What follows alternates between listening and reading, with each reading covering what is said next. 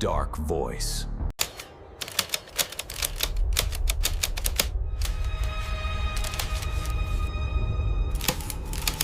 Have you ever imagined a place so ancient, so powerful, and so mysterious that even the desert itself tried to bury its memory?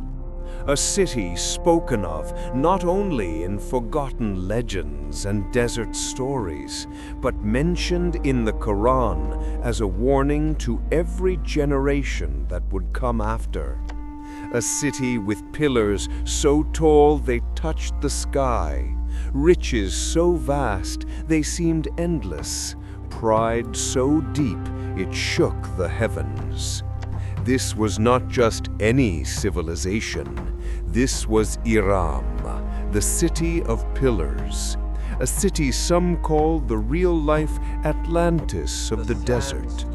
And tonight, you and I will travel into sands that swallowed an entire nation, uncovering secrets lost for thousands of years, stories hidden under mountains of silence, and a fate that arrived with the most terrifying storm humanity has ever witnessed. Long before the pyramids stood, long before Rome marched its legions, long before the world even began recording its history, there existed a civilization deep in southern Arabia, thriving in a region where most people today would not last more than a few hours. Imagine endless golden sands stretching in every direction. Yet somewhere in that vast emptiness existed a city so luxurious and so magnificent that travelers described it as a jewel placed in the middle of nothingness. That jewel was Iram. The people who lived there, the Ahad, were not ordinary humans. They were giants, towering, strong, with bodies carved like mountains. Their strength was unmatched, their buildings immense, their technology far ahead of anything the world knew then. They built gigantic stone pillars not because they needed them, but because they wanted the world to know they were the greatest civilization ever born. Every pillar was a declaration of pride. Every tower was a symbol of arrogance. And every day, as their empire grew, so did their belief that nothing in existence could overpower them. The Ad didn't simply live, they dominated.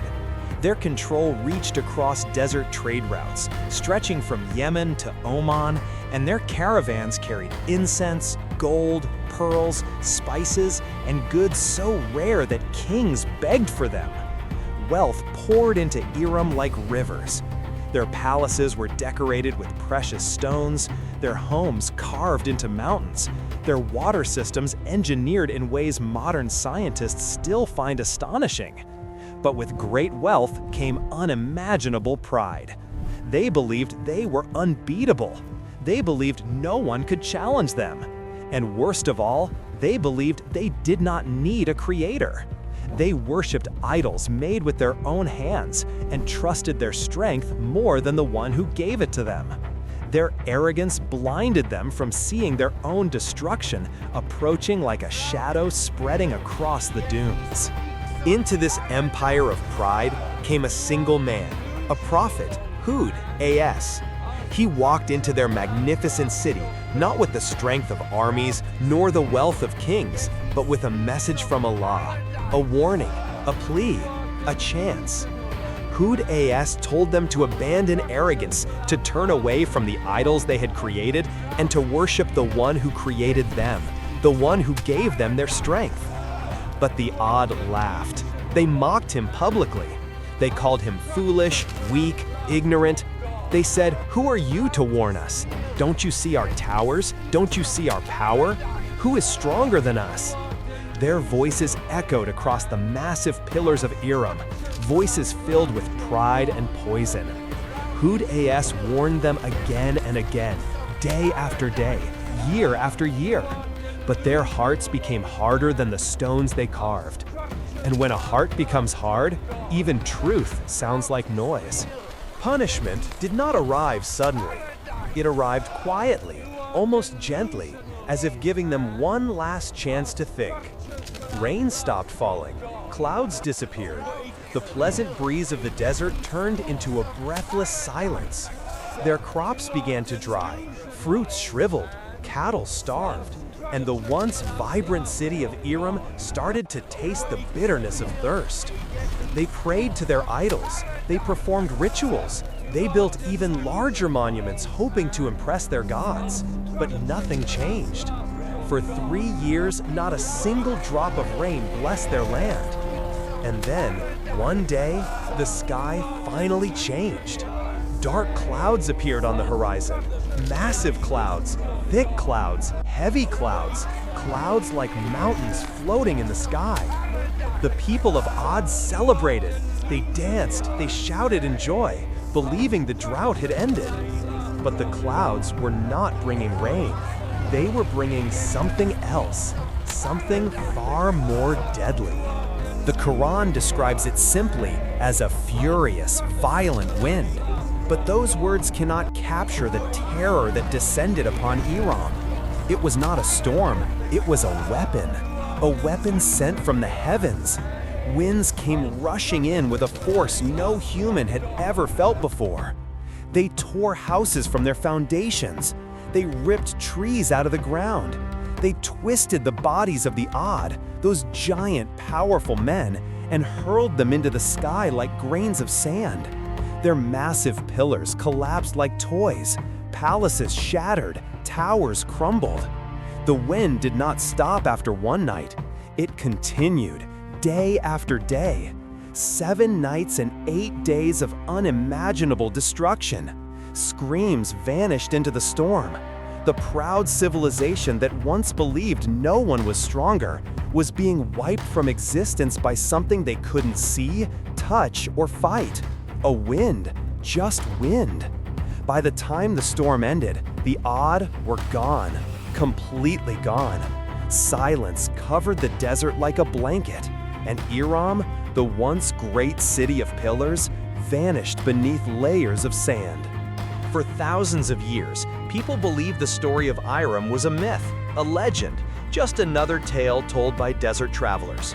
But in 1992, everything changed. NASA was scanning southern Arabia through spaceborne radar, looking for ancient trade routes. What they found shocked historians. Beneath the endless desert were long, straight lines, hidden roads carved by ancient caravans, roads that led to one single location.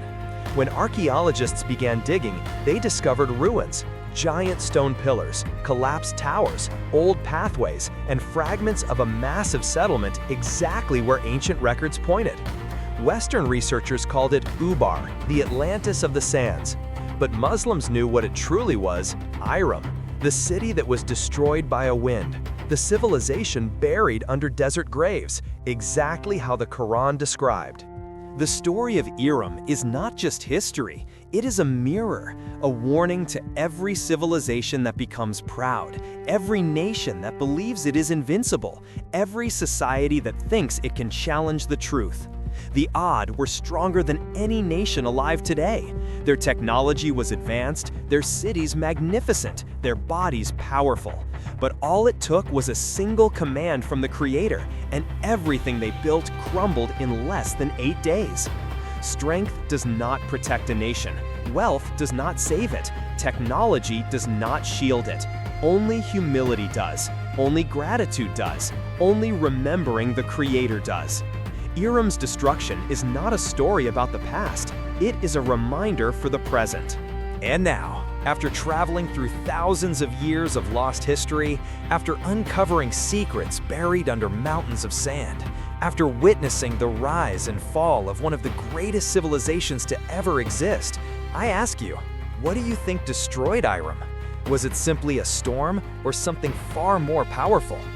If you want more dark, mysterious, and forgotten stories like this, stories that reveal hidden truths, ancient civilizations, Quranic mysteries, and lost worlds, then subscribe to the channel, like this video, and turn on the notifications so you never miss the next journey. Tell me in the comments which mystery you want me to uncover next, because this is only the beginning. This is Dark Voice, and this was the Lost City of Iram, Atlantis of the desert.